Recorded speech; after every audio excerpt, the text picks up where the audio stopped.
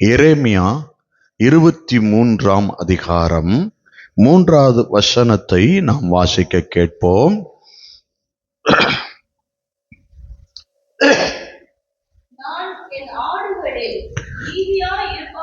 நான் என் ஆடுகளின் மீதியாய் இருப்பவைகளை துரத்தி இருந்த எல்லா தேசங்களிலும் இருந்து சேர்த்து அவைகளை திரும்ப அவைகளின் தொழுவத்திற்குள் என்ன செய்ய போறாரா? தொழுவத்துக்கு கொண்டு வருவேன். அப்பொழுது அவைகள் பலுகி பெருகும். ஒரு விசையாக கண்களை மூடி, எங்கள் அன்பின் பரலோக பிதாவே, உடைய பரிசுத்த பிள்ளையாகிய இயேசு கிறிஸ்துவுக்குள்ளாக வந்து உம்மை ஸ்தோத்திரிக்கிறேன். இந்த வார்த்தை உம்முடையதையா. இந்த வார்த்தையை நாங்கள் எத்தனையோ முறை படிச்சிருக்கோம். இன்னைக்கு எங்களுக்கு வாக்குத்தத்தமா மாத்துறீங்க. நான் நம்புறேன், ஜீவாதிபதியின் ஜீவன் இதுல இருக்கிறது என்று.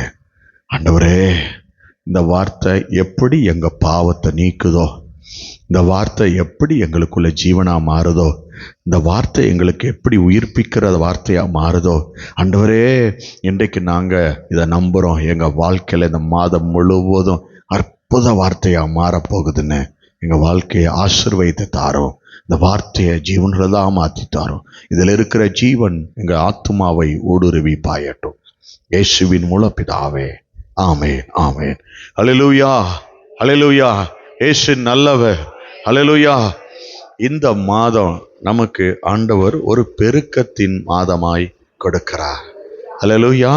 இந்த வசனத்தின் கடைசி பகுதியிலே ஆண்டவர் நமக்கு சொல்லுகிறார், அப்பொழுது அவைகள் பலுகி பெருகும்.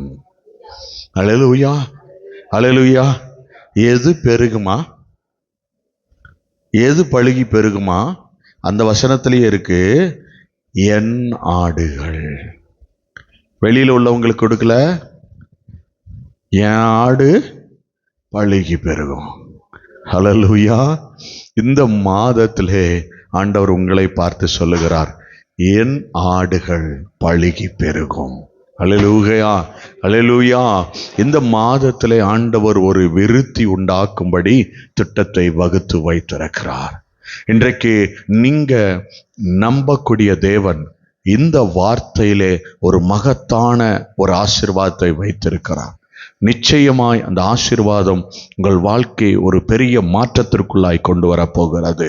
இன்றைக்கு ஆண்டவர் இந்த வார்த்தையை கொடுக்கும் பொழுது ஆண்டவர் சொல்றாங்க, என் ஆடுகள் பலுகி பெருக போகிறது. அந்த ஆடுகள் ஏன் பலுகி பெருக போகுது, அது ஏன் ஆடுகளை குறிப்பிட்டு சொல்லியிருக்கிறார் என்று அந்த வசனத்தை நான் தியானம் செய்யும் பொழுது ஆண்டவர் ஒரு காரியத்தை காண்பித்தார். அது பல இடங்களிலே புறக்கணித்து தள்ளப்பட்டதா, தேசங்களிலே அது தள்ளப்பட்டதா இருக்கிறது என்று ஆண்டவர் சொல்லுகிறார். அப்ப எந்த இடத்துல உன்னை புறக்கணிச்சிருக்கிறாங்களோ ஆண்டவர் உன்னை கூட்டி சேர்ப்பார். அந்த மாதத்துல புறக்கணிக்கப்பட்ட இடத்திலே கர்த்தர் உன்னை கூட்டி சேர்ப்பதற்காகத்தான் இன்றைக்கு பல இடங்களிலே யூதர்கள் அநேக இடங்கள்ல சிதறி கிடக்கிறாங்க. என்னுடைய ஜனங்கள் அநேக இடங்கள்ல சிதறி கிடக்கிறாங்க. ஆண்டவர் சொல்றாரு, நான் கூட்டி சேர்ப்பேன்.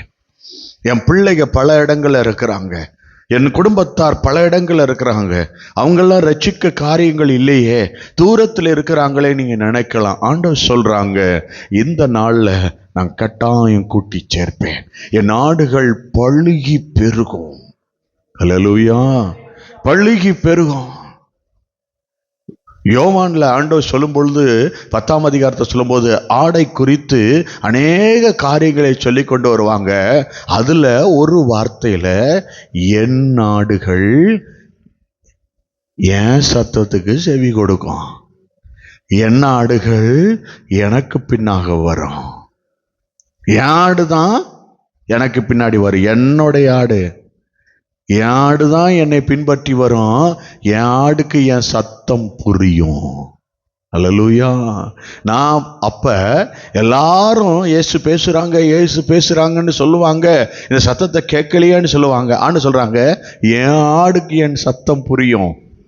என் ஆடுக்கு என் பாரம் புரியும், என் ஆடுக்கு என்னுடைய வேதனை புரியும், என் ஆடு நான் எப்படி மீட்டெடுக்க பரிதபித்து இறங்குகிறேன் என்று கட்டாயம் புரியும் என்று ஆண்டவர் சொல்லுகிறார்.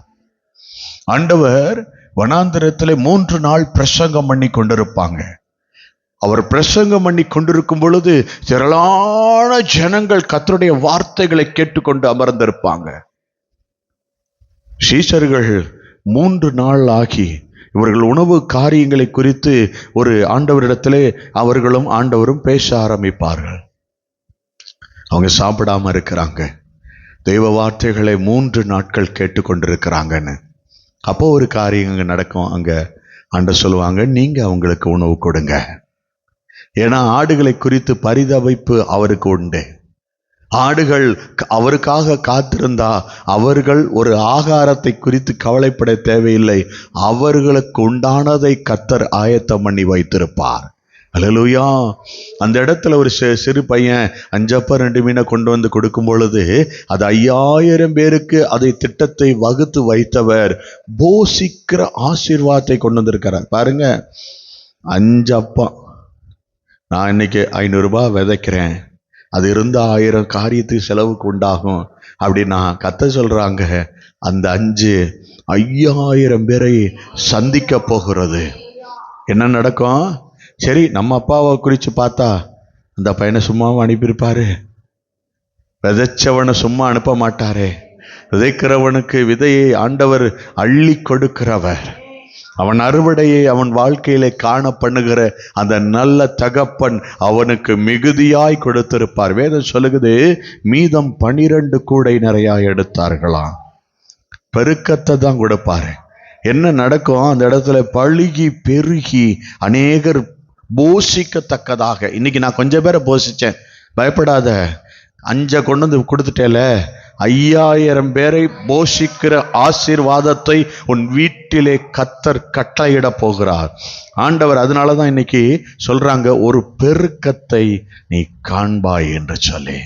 அது என்ன அழகா போட்டிருக்கு, என்னவா? வெறும் பெருக்கம் மட்டும் போட்டிருக்கா? பழுகி பெருகுவார்கள். அநேகருக்கு தெரியும்படிதான் அந்த பெருக்கம் இருக்குமா. அல்லேலூயா. கர்த்தர் அதை கொடுக்க வல்லவராயிருக்கிறார். நீ பழுகி பெருகுவாய். எசேக்கியேல் 36ஆம் அதிகாரம் 37வது வசனம்.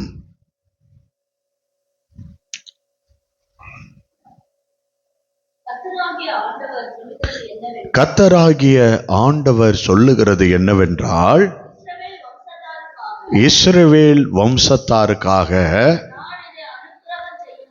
நான் என்ன செய்யும்படி, இத நான் பழுகி பெறுகிறத அனுக்கிரகம் செய்யும்படிக்கு என்ன செய்யணுமா? உங்களை பழுகி பெருக வைக்கணும்னா, இஸ்ரவேலரே, தேவனுடைய பிள்ளைகளே, என் நாடுகளே, கர்த்தர் சொல்றாரு, நீ என்ன செய்யணும்? உனக்கு என்ன தேவை இருக்கோ அதை நீ என்ன செய்யணும்? ஆண்டவரிடத்துல வந்து விண்ணப்பம் பண்ண வேண்டும். ஆண்டவர் சொல்றாங்க, என் நாடுகள் என்னிடத்துல வந்து அந்த உணவிற்காக, அந்த அந்த ஆசீர்வாதத்துக்காக, அதனுடைய தேவைக்காக என்னிடத்திலே நாடுகள் வந்து விண்ணப்பம் பண்ண வேண்டும். விண்ணப்பத்தை நீ பண்ணும் பொழுது என்ன நடக்குது? அல்லேலூயா, அல்லேலூயா. மந்தை பெருகுகிறது போல ஒரு பெருக்கம் நடக்குமா? பெருக்கத்தை கொடுப்பாரு. யாருக்கு கொடுக்கிறாரு? விண்ணப்பம் பண்றவனுக்கு கிடைக்குது.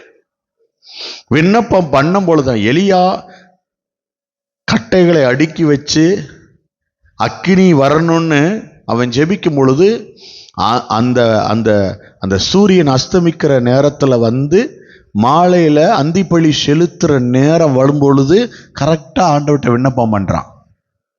என்னன்னு?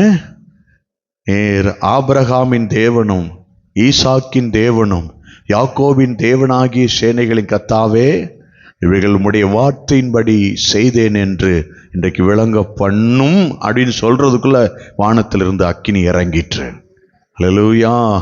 கர்த்தர் சொல்றாங்க, இன்றைக்கு உன் விண்ணப்பம் கேட்கப்படும். உன் விண்ணப்பத்தை கேட்டேன், உன் கண்ணீரை கண்டேன் என்று சொன்ன வசனத்தின்படி கர்த்தர் உங்கள் விண்ணப்பத்தை கேட்டு உங்களுக்கு ஒரு இந்த மாதத்திலே கர்த்தர் பதில் கொடுப்பார். அன்னு சொல்றாரு, பழுகி பெருக பண்ணுவேன். ஏசப்பாட்ட கேட்கணும்.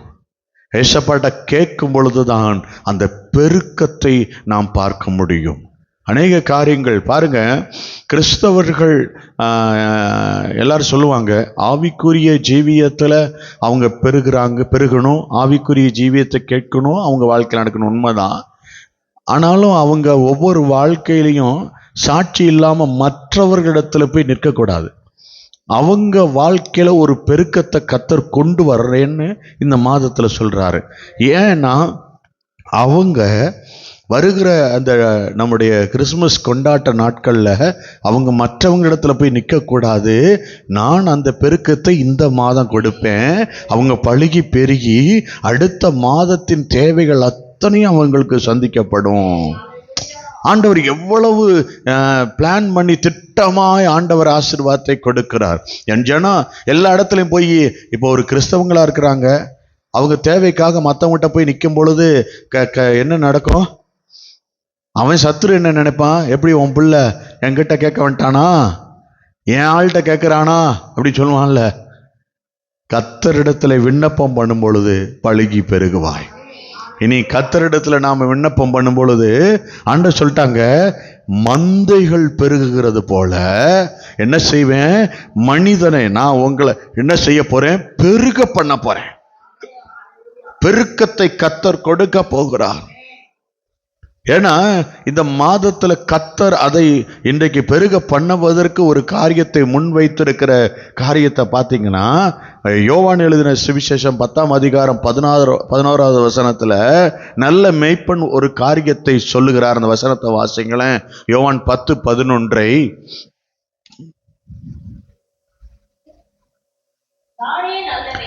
சொல்றாரு, நானே நல்ல மேய்ப்பன். ஏன்னா அவர் ஆடுகளை குறித்து கரிசனை உள்ளவர், ஆடுகளுக்கு இரக்கம் செய்கிறவர். சொல்கிறார், நானே நல்ல மேய்ப்பன். நல்ல மேய்ப்பன் கொடுத்தாரா? என்ன கொடுக்கிறாரு தெரியுமா? ஜீவனை அனுப்புறாரு. தேவனுடைய ஜீவன் நமக்காக இறங்குது.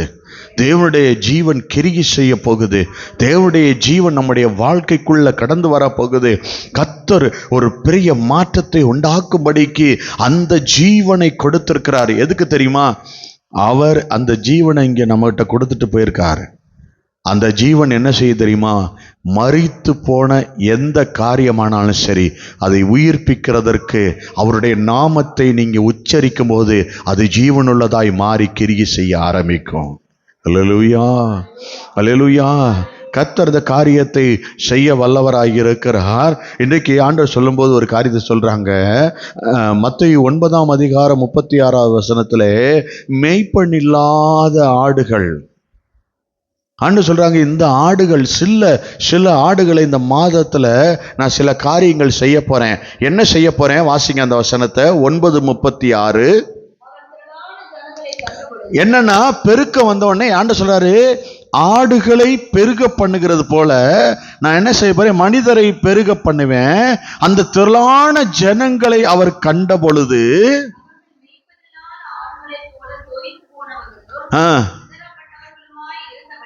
ஏன் அப்படி சொல்றாருன்னா, அவங்க தள்ளப்பட்டவங்கன்றத பார்த்துட்டாரு. யாரால? மனிதர்களால புறக்கணிக்கப்பட்ட. ஒரு இடத்துல வேலை செய்யறனா, வேலை செய்யறதுக்கு நீ லாய்க்கில்லைன்னு துரத்தி அடிக்கப்பட்ட காரியம். கர்த்தர் சொல்றாங்க, நீ இந்த இடத்துக்கு அவளாம் லாய்க்கு இல்லை, அவன் லாய்க்கு இல்லை. ஏன்னா அவன் இந்த வேலை பார்க்கறான், அவ இவ்வளவுதான் சொத்து இருக்கு, அவளுக்கிட்ட நல்லது கிடையாது, இந்த காரியம் கிடையாது. ஆண்டு சொல்ல, உன்னை புறக்கணிக்கிறாங்களா? உன்னை குறித்து தான் கர்த்தர் இந்த மாதம் பேசி கொண்டிருக்கிறார். உன்னுடைய பெருக்கத்தை குறித்து தான் கர்த்தர் இந்த மாசத்தை பேசி கொண்டிருக்கிறார். நான் மனிதர்கள் பெருகுகிறது போல இந்த காரியத்தை சொல்றாரு. என் ஜன பெருகி இருக்கும் பொழுது அவங்க மேய்ப்பன் இல்லாம வழிகாட்டி இல்லை. ஏன் செதறி போனாங்க தெரியுமா? ஆடுகள் ஏன் போய் தத்தளிச்சு நிக்கிறோம்னா, வழிகாட்டுகிறவர் வரல. ஒரு மந்தை இருக்கு. அந்த மந்தைக்குள்ள ஒரு மேய்ப்பன் இருக்கிறாரு. அந்த மேய்ப்பன் தன் ஆடுகளை அழகா மேய்த்து கொண்டிருக்கிறார்னா அந்த ஆடுகளுக்கு தேவையான உணவை அவர் கொடுப்பார். என்ன தேவை, இந்த மாதம் என்ன தேவை, ஆடுகளுக்கு உண்டான உணவை அவர் கொடுக்கிறார். ஆடு என்ன செய்யணும், பக்கத்து வயல்ல மேய்கிறதுக்கு போகக்கூடாது. புரிஞ்சுக்கிட்டீங்கன்னா கரெக்டாக கவனிக்கணும். பக்கத்து வயல்ல எந்த ஆடும் எந்த இடத்துலையும் எந்த ஊரானாலும் அனுமதிக்க மாட்டாங்க யாரும். அவங்க நெல் விளைவித்து வைத்திருப்பாங்க. அவங்க பல ஆசீர்வாதத்தை, நிறைய காரியத்தை, நிறைய சபைகள் உருவாக்கி வச்சிருக்கோம். நிறைய இடங்கள்ல அந்த நிலங்கள்ல அவங்க கஷ்டப்பட்டு பயிரிட்டு அந்த பயிர் வளர்ந்துருக்கும். நாம வளர்த்திருக்கிற அந்த ஆடுகள் போய் அந்த புல்லை மேயும் பொழுது அவன் கஷ்டப்பட்டவன் அவன் தூக்கப்படுவான். ஆண்டவர் சொல்றாங்க ஒரு காரியத்தை, உன் மேய்ப்பன்கிட்ட உனக்குண்டான ஆசீர்வாதத்தை நான் கொடுத்து அனுப்புவேன். உனக்குண்டான அவன் செய்வான்ல, அவன் கொடுப்பான்ல.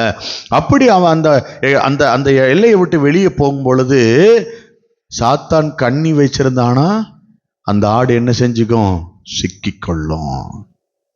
பார்க்க இந்த இடத்துல இருந்து அந்த இடம் பார்க்கும்போது அந்த சபை நல்லா செழிப்பாதாயா இருக்கு, அந்த குடும்பம், அவங்க குடும்பம் நல்லா செழிப்பா இருக்கு, அவங்க வீடு நல்லா செழிப்பா இருக்கு, இந்த செழிப்பா தெரியும். இக்கரைக்கு அக்கறை நல்லா பச்சை பச்சைன்னு தான் தெரியும். ஆனா ஆண்டவர் சொல்றாங்க, உனக்கு ஏற்ற சுமைகளை தான் உனக்கு கொடுத்துருக்கேன். உன்னால எவ்வளவு சுமக்க முடியுமோ அதுதான் கொடுத்துருக்கேன். அக்கறைக்கு பார்க்காத, அது இதை விட 100 மடங்கு சுமை. மற்றவங்க வாழ்க்கையை நீ கவனித்து பார்க்கும் பொழுது எனக்கு நல்ல வேலை இது இல்லையே நினைக்காதீங்க. கர்த்தர் தான் விலைக்கு காத்து கொண்டிருக்கிறார். அவருக்கு தெரியும் அவர் ஆடுகளுக்கு இந்த உணவு போதும்னு. அவருக்கு தெரியும் என் ஆடுகளை இப்ப நம்ம கேட்ட செய்தியே கர்த்தர் திரும்பவும் நம்ம சபையில சொல்றாருன்னு வச்சுக்கோங்க. என்ன அர்த்தம், நாம அதுல நம்மளை சரிப்படுத்தல, திரும்ப சொல்லி கொடுக்கிறாரே ஒழிய நம்மளை கர்த்தர் என்னங்க எப்ப பார்த்தாலும் இதே இல்லை. ஆண்டவர் என்ன நினைக்கிறார்னா, ஒன்ன அந்த காரியத்துல மற்றவங்க குற்றப்படுத்த கூடாது என்பதற்காக கர்த்தர் அதை சரிப்படுத்த இன்றைக்கு உன்னோடு கூட பேசி கொண்டிருக்கிறார். அல்லேலூயா. அதனாலதான் அவர் நல்ல மேய்ப்பன். அவர் சொன்னாரு, ஆடுகளுக்காக ஜீவனை கொடுக்கிறேன். எந்த ஊழியக்காரனும் ஜீவனை கொடுக்க முடியாது. இயேசு ஜீவனை கொடுக்கிறவர், இயேசு ஜீவனை கொடுக்கிறவர். அந்த ஜீவன் பரிபூர்ண அடைய வந்தேன் என்று சொன்னார். நமக்கு ஜீவனை கொடுத்த பேருக்காரு, அது வேத வசனம். கர்த்தர் நமக்கு கொடுத்த ஜீவன் என்ன தெரியுமா, வேத வசனம். அந்த வார்த்தை உயிருள்ளதாய் இருக்கிறது. அந்த வார்த்தையை நீங்க அப்பியாசப்படுத்தி, நிறைய பேர் வியாதி இருக்கும் பொழுது அந்த வார்த்தையை சொல்லி சொல்லி சொல்லி அறிக்கையிடுவாங்க. அந்த வார்த்தை கிரிகை செய்யும். அந்த வார்த்தை ஆண்டவர் சொன்னபடி அது கிரிகை செய்யும். ஆண்டவர் சொன்னீரே, என் நாமத்தினாலே எந்த வியாதியஸ்தர்கள் மேல கை வைக்கும் பொழுது அந்த வியாதி மறைந்து போகும்னு, என்ன பூசி ஜெபிக்கணும். அந்த வார்த்தையெல்லாம் நம்ம சொல்லி சொல்லி ஜெபிக்கும் போது அற்புதம் நடக்கும். எல்லா இடங்களும் ஆண்டவர் சொல்லிருக்காரு, என்னை விசுவாசிக்கிறவர்களால் நடக்கும் அடையாளங்கள் என்று வேதத்தில் கொடுத்தாரு பாருங்க. நடக்கும், அதுல ஜீவன் இருக்கு. எவன் ஒருத்தர் அதை நம்புறானோ அந்த காரியம் கிரியை செய்ய ஆரம்பிக்கும். அவங்க மேய்ப்பன் இல்லாத, வாசிங்க மத்தேயு 9:36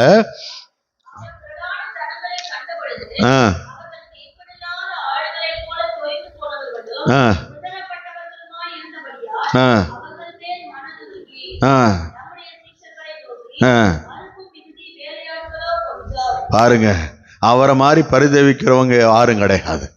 அப்ப ஆண்டவர் என்ன நினைக்கிறாரு, நிறைய பேர் இன்னும் பிரச்சனையில இருக்கிறாங்க, அவங்கள விடுதலை ஆக்குறதற்கு ஆட்கள் தேவை. அநேகர் போகணும், அநேகர் சத்தியம். பாருங்க,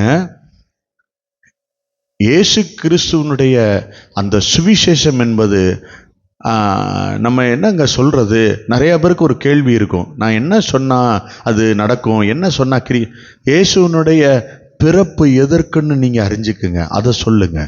இயேசு என்ன செய்வார் உயிரோடு இருக்கும் பொழுது, மனிதனா இருக்கும் பொழுது அவர் என்னெல்லாம் செய்தார் என்பதை சொல்லுங்க. அவர் எதற்காக மரித்தார் என்றதை சொல்லுங்க. எதற்காக 3வது நாள் உயிரோடு வந்தார்னு சொல்லுங்க. எதற்காக பரலோக ராஜ்யத்துல நான் காத்திருக்காருன்னு சொல்லுங்க. அதுதான் கிங்டம். அங்க நம்ம பரலோக ராஜ்யத்துக்குள்ள போறதுக்கு தான் நம்ம எல்லாரும் பிரயாசப்பட்டுக்கிட்டு இருக்கோன்றதை அவருக்கு தெரியப்படுத்துங்க. நீங்க ஒண்ணுமே செய்ய வேணாம். அந்த வார்த்தையில் இருக்கிற ஜீவன் அவர்களை ரட்சித்து மீட்டெடுத்து கொண்டு வரும். அல்லேலூயா. அது கிரியை செய்யும். அது கிரியை செய்யும் பொழுது அது ஆச்சரியமாய் இருக்கும். யோவான் 9:10 ஆண்டவர் சொல்லும்போது ஒரு காரியத்தை 10ஆம் அதிகாரம் 9ஆம் வசனம், சாரி, யோவான் 10ஆம் அதிகாரம் 9ஆம் வசனத்துல அன்னை எப்படி இருக்காது?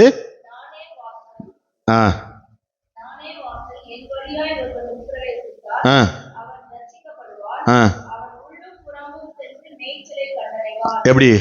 ஆடுகளுக்கு ஒரு வாசலா நிக்கிறாராம். எப்படி தெரியுமா? நீங்க வேத வசனத்தை நீங்க அறிக்கை செய்து தியானம் செய்து நீங்க எல்லா காரியத்தை தேடும் பொழுது ஆண்டவர் சொல்றாரு, ஆதியிலே வார்த்தை இருந்தது, அந்த வார்த்தை தேவனிடத்தில் இருந்தது, அந்த வார்த்தை தேவனாய் இருந்தது என்று சொல்லி யோவான் 1:1 சொல்லப்பட்டபடியான சொல்றாரு, நான் வாசல். என் வார்த்தையின்படி ஒருத்தன் உள்ள உட்பிரவேசிச்சான். சாரி, என் வார்த்தையின்படி ஒருத்தன் மனுஷன் உட்பிரவேசிச்சானா, ஆண்டவர் சொல்றாங்க, நல் மேய்ச்சலை கண்டடைவான். சாரி, அவன் எப்படிப்பட்ட காரியத்தை கண்டடைவான் என்று ஆண்டவர் சொல்றாங்க, நல் மேய்ச்சலை. நல் மேய்ச்சலை. குறைவு இருக்காது, குறைவு இருக்காது. அவன் பெருகதான் போறான். அவன் எங்கேயும் நிக்க போகிறது இல்ல. ஆவிக்குரிய ஜீவியத்திலும் பெருக்கம். எந்த மனுஷனிடத்திலையும் போய் தேவைகளுக்காக நிற்காதபடிக்கு கர்த்தர் ஒரு அற்புதமான பெருக்கத்தை கொடுக்க போகிறார். அல்லேலூயா. அந்த பெருக்கம் ஆச்சரியமாக தான் இருக்க போகிறது. 2 கொரிந்தியர் 4ஆம் அதிகாரம் 15வது வசனத்திலே ஆண்டவர் சொல்லும் பொழுது ஒரு காரியத்தை சொல்றாங்க. என்னன்னு கவனிங்க. ஆண்டவர் சொல்லக்கூடிய காரியம் 2 கொரிந்தியர் 4ஆம் அதிகாரம் 15வது வசனத்துல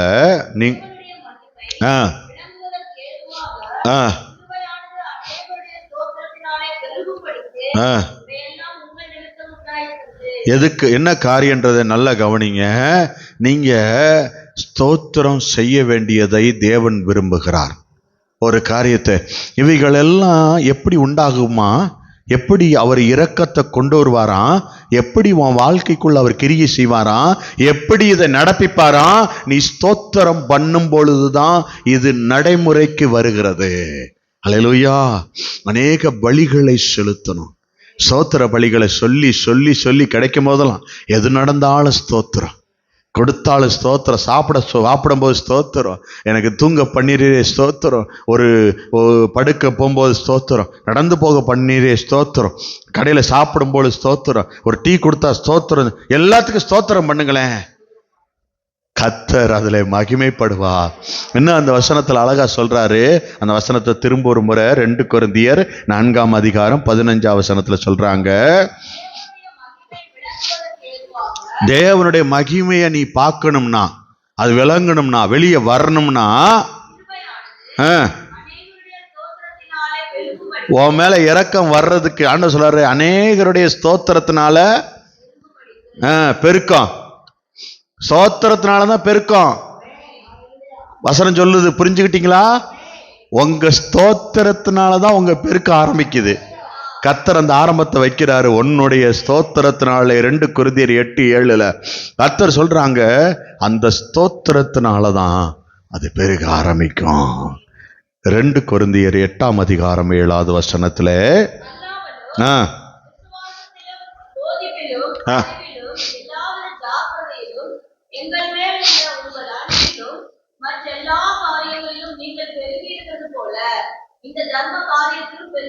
ஆண்டவர் சொல்றத பாருங்க. கிருபைன்றது தர்மத்திற்கு ஒப்பா இருக்கு. கிருபை எப்படி?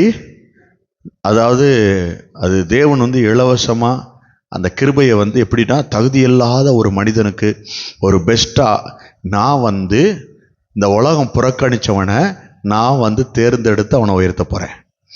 அதுக்கு அவர் கொடுக்கிற பேர் கிருபை. அந்த கிரேஸ் கர்த்தர் கொடுக்கிறாரு, அது இறங்கி தங்கி தாபரிக்கும். அல்லேலூயா. அந்த காரியத்தை குறித்து இந்த வசனத்துல கர்த்தர் சொல்றாங்க. அந்த வசனத்தை இன்னொரு முறை வாசிக்கலாம், கேட்போம். அல்லாமலும் என்னென்னத்தெல்லாம் ஆண்டவர் வந்து ஒரு விஷயத்தை வச்சிருக்காரு பாருங்க. விசுவாசத்திலும் போதிப்பிலும் அறிவிலும் எல்லாவித ஜாக்கிரதையிலும் என்ன எங்கள் மேல் உள்ள உங்கள் அன்பிலும் மற்ற எல்லா காரியங்களிலும் நீங்க நிறைய காரியத்துல பெருகி இருக்கிறீங்க. அந்த பெருகி இருக்கிறது போல ஆண்டவர் சொல்றாரு, இந்த கிருபை உனக்கு கர்த்தர் கொடுக்கிற பாரு, இந்த காரியத்திலையும் நீ பெருகணுமா. ஹல்லேலூயா. இந்த காரியத்தில் உனக்கு ஒரு பெருக்கம் வேண்டும் என்று கர்த்தர் விரும்புகிறார். ஹல்லேலூயா. சில வேளைகளில் ஆண்டவர் இந்த வசனத்தை 7 முறை 7 விதமா தியானிக்கலாம். அதுல ஆண்டவர் சொல்றாங்க, இன்னைக்கு ஒரு தர்ம காரியம். ஹல்லேலூயா. அதுல ஒரு பெருக்கத்தை கர்த்தர் உண்டு பண்ண வேண்டும் என்று விரும்புகிறார்.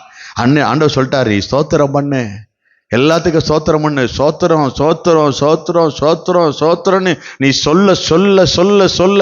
பாருங்க, நான்லாம் காலேஜில் என்ன நடந்தாலும் ஸ்தோத்திரம் பண்ணிக்கிட்டே இருப்பேன். எங்க காலேஜில் எல்லாரும் திட்டுவாங்க, யோ சும்மாரியா எதுக்கு பார்த்தாலும் ஸ்தோத்திரம் பண்ணிக்கிட்டே இருக்க. ஏதாவது ஒரு வசனம் கிடைச்சேன்னு ஸ்தோத்திரம் ஏசப்பா அப்படின்ட்டுவேன். படக்கிற சத்தமா, யோ காலேஜில் எல்லாம் படிச்சுக்கிட்டு இருக்க ஸ்தோத்திரம் பண்ண. கர்த்தர் நமக்கு கொடுத்த அந்த வார்த்தையை நாவல தங்குறதுக்காக கர்த்தரை ஸ்தோத்தரிக்கிறேன். ஹல்லேலூயா. சோத்திரம் சோத்திரம் சோத்திரம் சொல்றது நமக்கு ஒரு ஆசீர்வாதம் தான். நம்ம வாழ்க்கையில இந்த தர்ம காரியம் கிரியை செய்ய ஆரம்பிக்கும். கர்த்தர் கொடுக்கிற ஆசீர்வாதம் இறங்கி வரும். பாருங்க, நம்மளை மற்றவங்களுக்கு அநேகருக்கு கொடுக்கிறவங்களா கர்த்தர் மாற்றக்கூடிய பெருக்கத்தையும் இந்த மாதத்துல உண்டாக்குவார். நீங்க கொடுக்கிறவங்களாகவும் மாறுவீங்க. கொலைசியர் 2:7, கொலைசியர் 2ஆம் அதிகாரம் 7வது வசனம்.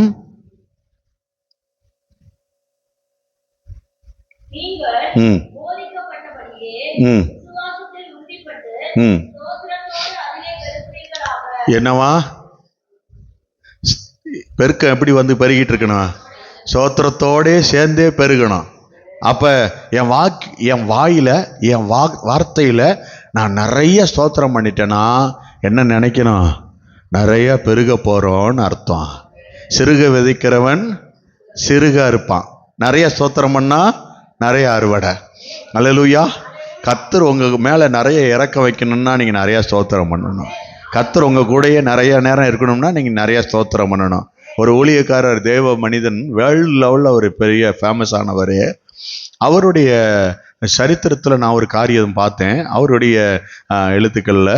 அப்போ அவர் அதில் குறிப்பிட்டிருக்கும் போது அவர் என்ன எழுதியிருக்கிறாருன்னா, நான் வந்து 24 hours, அதாவது தூங்கும்போது சில நேரம் இல்லை, ஆனால் மற்ற நேரத்தில் நான் எப்பயுமே ஜெபம் பண்ணிக்கிட்டே இருப்பேன்னாரு. நான் யோசித்தேன், இவ்வளவு நேரம் எப்படி ஒரு மனுஷன் ஜெபிக்க முடியும், என்ன செஞ்சிருக்காருன்னு கீழே வாசிக்கிறேன். அப்போ அவர் சொல்கிறாரு, எல்லாத்துக்கும் ஆண்டவரை ஸ்தோத்திரம் பண்ணுவாராம். அது எப்படின்னா, நடக்க வச்சிங்க ஸ்தோத்திரம், ஏதாவது ஒன்று கேட்டால் இதை கேட்க வச்சிங்க ஸ்தோத்திரம், இப்படி ஜெபம் பண்ணிக்கிட்டே இருப்பாராம். இன்னைக்கு இந்த ஆலயத்துக்கு வர வச்சிங்க ஸ்தோத்திரம், இன்னைக்கு பைபிள் வாசிக்கிறதுக்கு என் கண்ணை திறந்தீங்க ஸ்தோத்திரம், நான் இன்னைக்கு இந்த வசனத்தை கேட்க வச்சிங்க ஸ்தோத்திரம், இன்னைக்கு அதை பார்க்க வச்சிங்க ஸ்தோத்திரம், இன்னைக்கு என்னைய வேலைக்கு கூட்டு போறீங்க ஸ்தோத்திரம். இப்படியே போற எல்லா காரியத்தையும் ஸ்தோத்திரம் பண்ணாராம். இன்னைக்கு வேர்ல்டு லெவல்ல பெரிய ஊழியக்காரரா இருக்காரு. ஸ்தோத்திரம் பண்ணி பாருங்க. ஸ்தோத்திர பலியிடுகிறவன் என்னை மகிமைப்படுத்துகிறான். ஆண்டவர் சொல்றாரு, என்ன அவன் மகிமைப்படுத்துறான். கடைசியாக 2 பேதுரு 1:8 ஆண்டவர் இந்த காரியத்தை வைக்கிற காரியம் ஆசீர்வாதமான காரியம். நம்ம கொஞ்சம் அதை கவனிப்போம். இன்னைக்கு ஆண்டவர் கொடுக்கிற காரியத்தை வாசிப்போம்.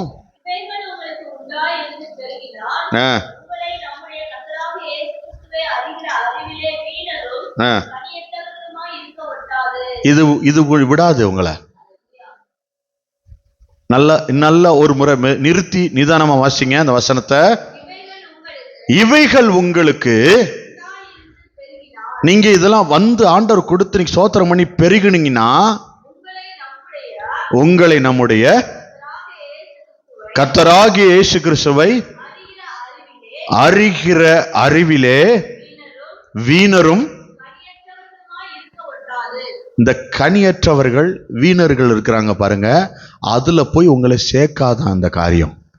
நமக்கு ஒரு பெருக்கம் வந்துருச்சுன்னா, கனியற்றவர்கள் அப்படின்னா அவங்ககிட்ட நற்கனி இருக்காது, அன்பின் கனி இருக்காது. அன்பு, சந்தோஷம், சமாதானம், கலாத்தியர்ல சொல்லப்பட்டபடி அந்த எந்த ஒரு கனிகளும் அவங்ககிட்ட இருக்காதான். ஆண்டவர் சொல்றாரு பாருங்க எவ்வளவு அழகா, அந்த கனியற்றவர்களோட நீங்க சேர்க்கப்பட மாட்டீங்க, நீங்க பெருகி இருப்பீங்க, நீங்க ஆசீர்வாதமாய் இருப்பீங்க. அல்லேலூயா, அல்லேலூயா. ஸ்தோத்திர பலியிடுகிற என்னை மகிமைப்படுத்துகிறான்னு சொன்னாரு. தன் வழியை செவைப்படுத்துகிறவனுக்கு தேவனுடைய ரட்சிப்பை வெளிப்படுத்துவேன் என்று கர்த்தர் சொல்லுகிறார். அல்லேலூயா. என்னன்னா, நீங்க ஸ்தோத்திர பலியிட்டு தேவனை நீங்க நடத்தும் போது, இந்த மாசத்துல யார் விண்ணப்பம் பண்றானோ, ஸ்தோத்திரம் பண்றானோ, தேவனிடத்தை கேட்கிறானோ, அவன் மந்தை பெருகுகிறது போல, மனிதர்கள் பெருகுகிறது போல அவனுக்கு ஒரு பெருக்கத்தை நான் உண்டு பண்ணுவேன் என்று கர்த்தர் சொல்லுகிறார். அல்லேலூயா. இந்த மாதத்துல கர்த்தர் உங்களை பெருக பண்ணுவார். நாம் கண்களை மூடி ஜெபிக்கலாம். எங்கள் அன்பின் பரலோக பிதாவே, உடைய பரிசுத்த பிள்ளையாகிய இயேசு கிறிஸ்துக்குள்ளாக உம்மை ஸ்தோத்திரிக்கிறேன்.